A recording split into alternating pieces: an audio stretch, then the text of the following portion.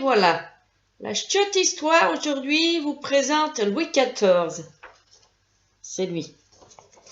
Alors Louis XIV, c'est un grand roi, c'est le roi le plus célèbre de l'histoire de France. Alors rappelez-vous, dans les dynasties, nous avons la famille Bourbon, depuis Henri IV. Henri IV a eu un fils, Louis XIII, et Louis XIII a un fils, le petit Louis. Mais en 1643, quand Louis XIII meurt, le petit Louis, il n'a que 5 ans. Ah, regardez comme il est mignon. Ah, on le voit là, oui. Ah, et oui. Hein, il a que 5 ans. Donc, il ne peut pas gouverner, bien sûr. C'est donc une période de régence. C'est-à-dire que sa mère, Anne d'Autriche, va gouverner à sa place, mais elle est assistée par le cardinal Mazarin. Ils vont gouverner tous deux. Et puis le petit va avoir une bonne éducation dans tous les domaines. La littérature, le calcul, une éducation militaire, une éducation aux arts, etc., etc. En plus, ils se rendent compte qu'il est quand même bien intelligent, le petit Louis. Et puis, le 7 juin 1654, Louis XIV est officiellement sacré roi. Il est sacré où? Je te le donne en 1000. Où, dis-moi? Où? À Reims. À Reims, ben oui, comme tous les rois. Hein. Mais il n'a que 15 ans, donc il ne peut pas gouverner tout seul encore. C'est pour ça que la régence continue, enfin Mazarin continue à gouverner avec la reine Anne d'Autriche.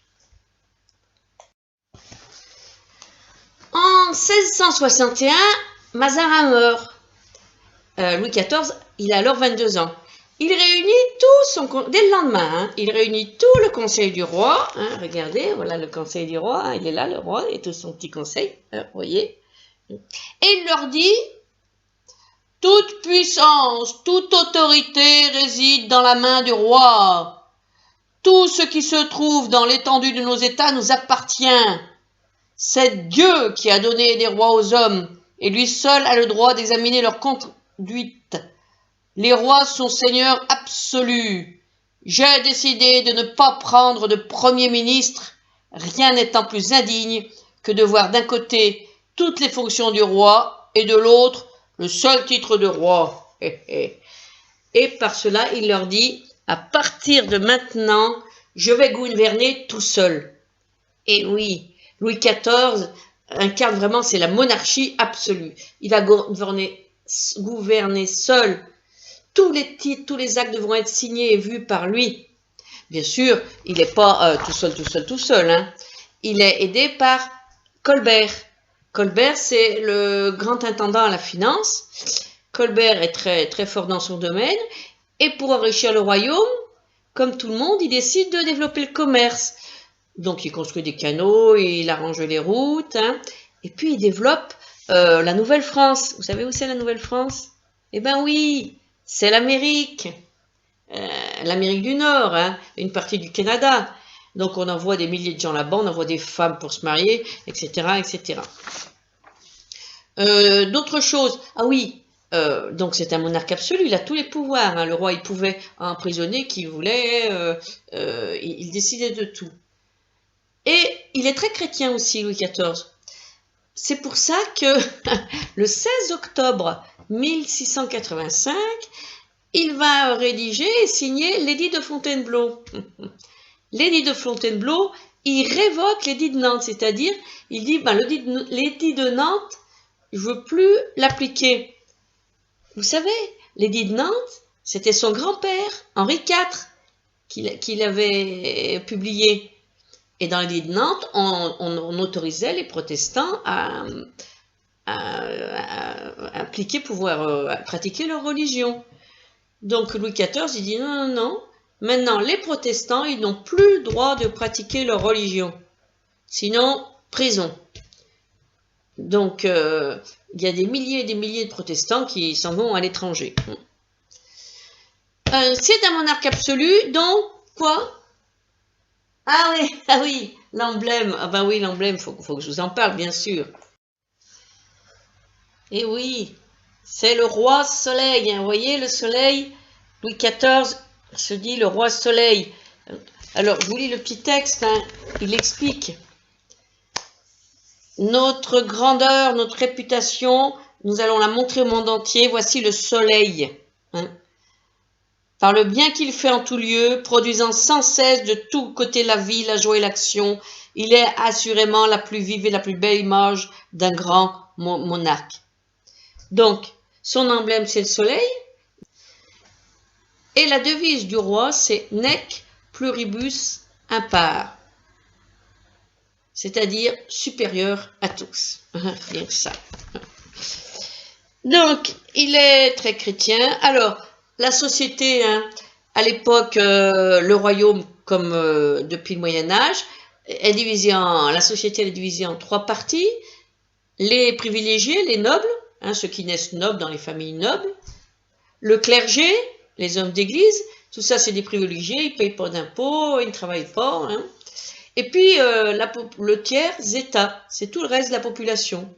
Hein. Les bourgeois, les artisans, les commerçants, les paysans. Mais il faut bien se dire que la grande majorité de la population française, 97%, sont des paysans. Hein. Donc, ils vivent pas très bien. Hein. Attendez, j'ai une petite photo. Hein. Leurs conditions sont améliorées, mais c'est pas extraordinaire non plus. J'ai une petite photo des paysans. Oui, voilà. Voilà, on voit un petit peu. Hein. Ils vivent dans une pièce. C'est pas très glorieux. Mais ils peuvent voir le roi. Hein. Toute personne pourra entrer dans le château, hein, le grand château qui va avoir le roi, du moment qu'il ne soit pas un mendiant, qu'il ait un chapeau et une épée. On le verra après. Alors, Louis XIV, c'est aussi un roi guerrier. Il aime bien faire la guerre. Hein. Il a régné pendant 54 ans et pendant 26 ans de ce règne, il y a eu la guerre. Hein. Alors, la guerre, bien sûr, c'est pour agrandir le territoire. Donc, pour la guerre pour le trône d'Espagne, la guerre contre les Provinces-Unies, c'est les Pays-Bas, hein, et puis la guerre, bien sûr, contre notre ennemi juré, les Anglais. Hein. Donc, on a une petite photo du roi avec son armure, hein, vous voyez, il a son armure à l'époque. Hein. Et on a une petite photo du roi qui franchit le Rhin, pour vous montrer un petit peu comment ça se passait la guerre à l'époque. Alors, on l'a ici. Non, voilà, ici. Hop. Voilà, voyez-vous. Hein. Le roi, là, il est sur son cheval, hein, et il franchit le Rhin pour attaquer ce qui est aujourd'hui l'Allemagne. Hein. Alors, il y a eu des acquisitions hein, avec ces... Vous voyez la carte? C'est pas celle-là. Vous voyez la carte? Il y a eu des acquisitions. Vous voyez la carte qui est en vert, donc c'est les provinces hein, qui ont été rattachées au royaume de France, sous Louis XIV. Donc, les guerres constantes, et bien sûr, les guerres, ça coûte cher, et il a augmenté les impôts, ça n'a pas plu à tout le monde. Il a été aidé par un grand architecte qui s'appelait Vauban. Et Vauban, il a construit des forteresses. D'ailleurs, on en voit encore les forteresses Vauban. Alors, voilà le Vauban, hein, voilà le monsieur. Hein. Et les forteresses, vous voyez, par rapport au château du Moyen-Âge, en fait, la ville, pour la fortifier, pour la protéger, on surélève un talus, on met un fossé entre. Et donc, elle est plutôt enfoncée. Les forteresses Vauban, c'est ça. On ne les voit pas de loin. Elles sont plates. Il y en a vers Perpignan, et puis il y en a d'autres en France. Hein. Et donc, ils sont plutôt enterrés, et donc l'ennemi ne les voit pas, et eux, hop, ils peuvent tirer avec les canons. Alors, parlons... Oui, quoi? Ah, ça te plaît, ça? Eh ben oui, les femmes. Parce que Louis XIV, c'était un grand amoureux. Alors, première chose, comme tous les rois, ils se marient, mais c'est pas un mariage d'amour, hein, bon, c'est un mariage de raison, hein, c'est pour faire des alliances. Donc, lui, il est marié avec Marie-Thérèse d'Autriche. Mais il a beaucoup d'amantes, enfin, on dit une maîtresse, oui. Quand un homme est amoureux d'une femme qui n'est pas sa femme, on dit une maîtresse. C'est comme ça, voilà. Donc, ces amoureuses, on les appelle à l'époque les favorites. Mais les favorites, elles étaient officielles. Il y en avait une officielle. C'est-à-dire que quand il allait se présenter à la cour, sur le trône, enfin pour tous les événements, il y avait sa femme, mais il y avait à côté sa première favorite, c'était officiel. Ben oui, on savait très bien qu'il pouvait tomber amoureux de quelqu'un, puisque la reine, c'était quelqu'un dont il n'était pas amoureux. Hein, comment on dit enfin, l'amour est enfant de bohème, il n'a jamais connu de loi. Et voilà. Donc, les favorites les plus connues, parce que c'était des femmes d'esprit, hein, il aimait bien des femmes d'esprit, Louis XIV. Il y a Louise de la Vallière, Madame de Montespan et Madame de Maintenon.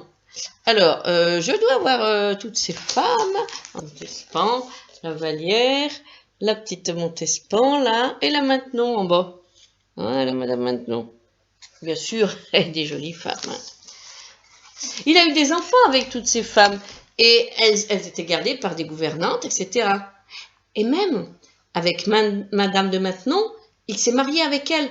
Son épouse était morte, hein, Marie-Thérèse d'Autriche est morte, mais il s'est marié en secret parce que comme elle n'était pas d'une famille royale, elle ne pouvait pas être reine. Ah là là, voilà. Elle court, la maladie d'amour.